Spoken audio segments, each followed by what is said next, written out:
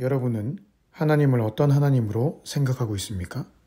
어떤 사람은 아빠 대신 하나님, 어떤 사람은 다정한 친구 대신 하나님, 어떤 사람은 우리의 목자 대신 하나님 등으로 인식하고 있을 것입니다. 다 맞는 말이죠. 성경에서 하나님은 우리의 아버지가 되시고 친구도 되시고 목자도 되신다고 말씀하고 있기 때문입니다. 하지만 우리가 하나님을 향해 가지고 있는 그 모든 인식 이전에 가장 근본적으로 가져야 될 인식이 하나 있습니다. 그것을 오늘 본문이 우리에게 잘 이야기해주고 있는데 그것은 바로 하나님은 크고 두려운 분이라는 사실입니다. 16절에 셋째 날 아침에 우레와 번개와 빽빽한 구름이 산 위에 있고 나팔 소리가 매우 크게 들리니 진중에 있는 모든 백성이 다 떨더라. 이것은 이스라엘 백성들이 시내산에 강림하신 하나님과 첫 대면을 했을 때의 반응입니다. 그 반응은 기쁨과 환호가 아니라 바로 두려움이었습니다. 왜냐하면 하나님이 시내산에 임하실 때의 광경은 그야말로 천지가 진동하는 듯한 모습이었기 때문입니다. 여기 빽빽한 구름이라는 것은 우리가 흔히 보는 자연적인 구름이 아닙니다. 이것은 매우 특이한 형태의 구름으로서 보는 이들에게 공포심을 유발할 수 있는 구름이었습니다. 게다가 그 구름 사이에서 우레와 번개가 치고 있으니 게다가 심지어 나팔 소리까지 구름에서 들리고 있으니 얼마나 무서웠겠습니까? 거기에다가 하나님이 불가운데로 강림하셨으니 그 놀라운 광경 앞에서 모두가 벌벌 떨었을 것입니다. 만약 이스라엘 백성들 중에 하나님을 우습게 알고 그 시내산에 접근했던 사람이 있었다면 그 자리에서 즉사했을 것입니다. 만약 어떤 사람이 마라에서 쓴물이 단물로 변했던 때를 생각하면서 하나님은 내가 좀 쉽게 대할 수 있는 분이지, 내가 뭘 요구하면 쉽게 들어줄 수 있는 분이야 라고 생각하면서 자기 멋대로 하나님이 정하신 경계선을 넘는다면 그 사람은 그 자리에서 죽임을 당했을 것입니다. 하나님은 그렇게 함부로 쉽게 우리가 대할 수 있는 분이 아닙니다. 그분은 존재 자체가 우리와 다른 분이십니다.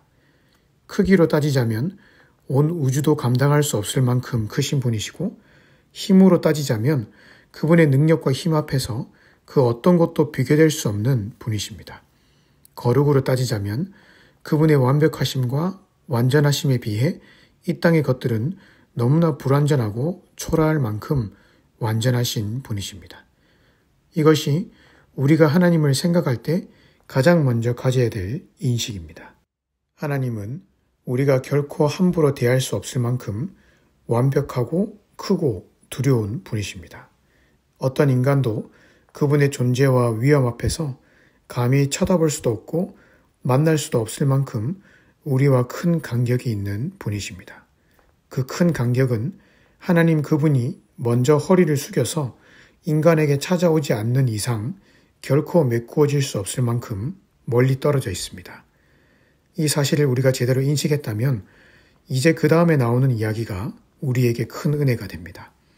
왜냐하면 그 다음에 나오는 이야기는 바로 그 하나님이 그 큰 간격을 좁히시고는 친히 먼저 인간에게 찾아오신 이야기이기 때문입니다. 20절에 여호와께서 시내산 곧 그 산 꼭대기에 강림하시고 모세를 그리로 부르시니 모세가 올라가매. 하나님이 부르시지 않으면 그 어떤 인간도 올라갈 수 없었던 그 시내산에 하나님이 모세를 부르셨고 그와 이야기하셨습니다. 물론 히브리서 12장 21절에 따르면 이때 모세의 심정은 심히 두렵고 떨렸습니다. 왜냐하면 하나님은 여전히 너무나 두려운 분이셨기 때문입니다. 하지만 그 하나님이 먼저 인간에게 허리를 숙이시고 만날 수 있는 길을 열어주셨기 때문에 모세는 두렵고 떨리지만 기쁨으로 그 산에 올라가서 하나님과 대면했던 것입니다. 그런데 그 다음 구절인 히브리서 12장 22절에 보면 모세와는 달리 오늘 우리가 하나님을 만나는 형태를 다음과 같이 이야기합니다. 그러나 너희가 이른 곳은 시온산과 살아계신 하나님의 도성인 하늘의 예루살렘이다 라고 말이죠. 무슨 말이냐면 오늘 우리가 현재 하나님을 만나는 장소는 모세가 두려움 속에서 벌벌 떨며 만났던 그 시내산이 아닌 기쁨을 상징하는 시온산과 평화를 상징하는 하늘의 예루살렘이라는 말입니다. 즉, 두려움의 모습이 아닌 기쁨의 모습으로, 불안한 모습이 아닌 평화의 모습으로 하나님을 언제나 어디서나 만날 수 있다는 말입니다. 이것은 너무나 놀라운 사실입니다.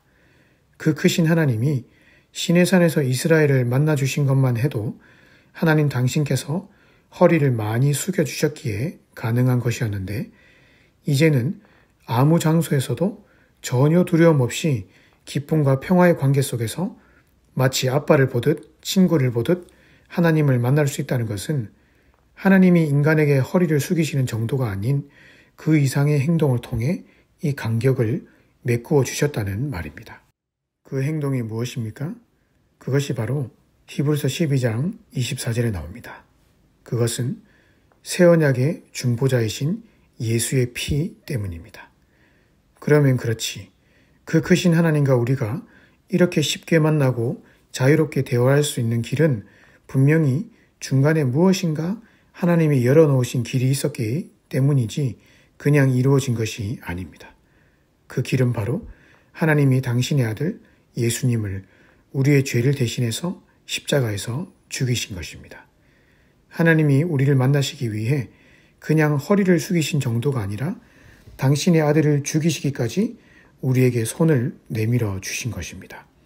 우리는 바로 그 은혜 덕분에 그 예수의 피를 힘입어 하나님과 자유롭게 교제할 수 있게 된 것입니다. 우리는 지금 그 엄청난 은혜의 시대 속에 살고 있습니다. 오늘 본문에 나타난 구약의 백성들은 상상조차 할 수 없었던 그 하나님과의 깊고 친밀한 교제를 나눌 수 있는 그런 시대를 살고 있습니다. 그 길은 하나님이 직접 그 아들의 피로 말미암아 열어주셨습니다. 이제 우리가 하나님을 만나기 위해서는 성전에 가야 하거나 할례를 받는 등의 복잡한 의식과 절차가 필요 없어졌습니다. 내가 집에 있든 회사에 있든 쇼핑을 하든 그 자리에서 마음으로 하나님이라고 부르면 그래, 내 사랑하는 아들아, 내 사랑하는 딸아 라고 응답하시는 그런 은혜의 시대에 살고 있습니다. 그렇다면 오늘 우리가 이 은혜의 시대에서 해야 할 일이 무엇입니까? 그것은 나와 가까이 계시는 크고 전능하신 하나님을 매일같이 찾고 만나고 교제하는 것입니다. 이렇게 하나님이 은혜의 시대를 열어주셨음에도 불구하고 그 하나님을 전혀 인식하지도 찾지도 아니 찾을 필요성도 못 느낀 채 하루하루를 살아간다면 그것은 너무나 안타깝고 어리석은 삶이 될 것입니다.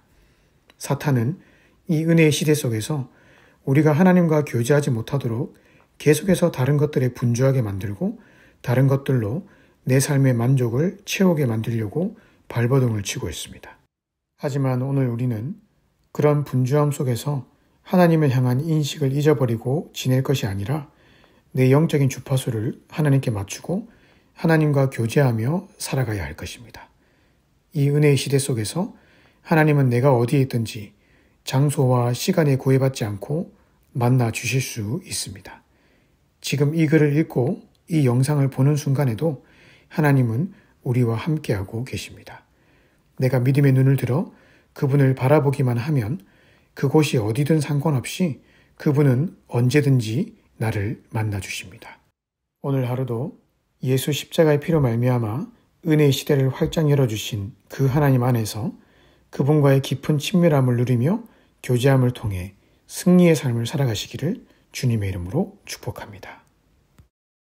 주 예수 내가 알기 전 날 먼저 사랑했네. 그 크신 사랑 나타나 내 영혼 거듭났네. 주 내 맘에 늘 계시고 나 주의 안에 있어. 저 포도비유 같으니 참 좋은 나의 친구. 내 친구 되시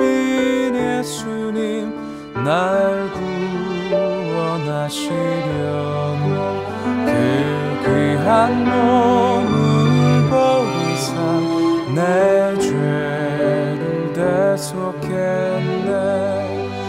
나 주님을 늘 믿으며 그 손을 의지하고 내 몸과 마음을 바쳐서 끝까지 충성하리.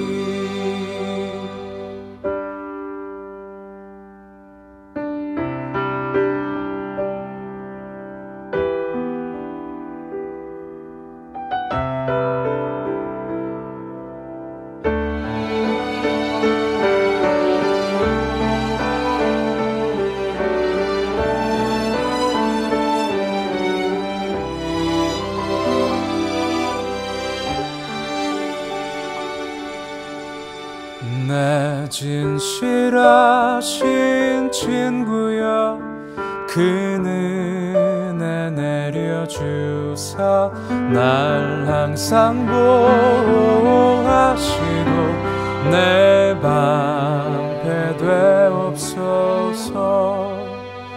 그 풍성한 참 사랑을 네 능히 끊을 소냐. 날 구원하신 예수는 참 좋은 나의 친구. 나 주님을 늘 믿으며 그 손을 의지하고 내 몸과 마음을 바쳐서 끝까지 충성하리.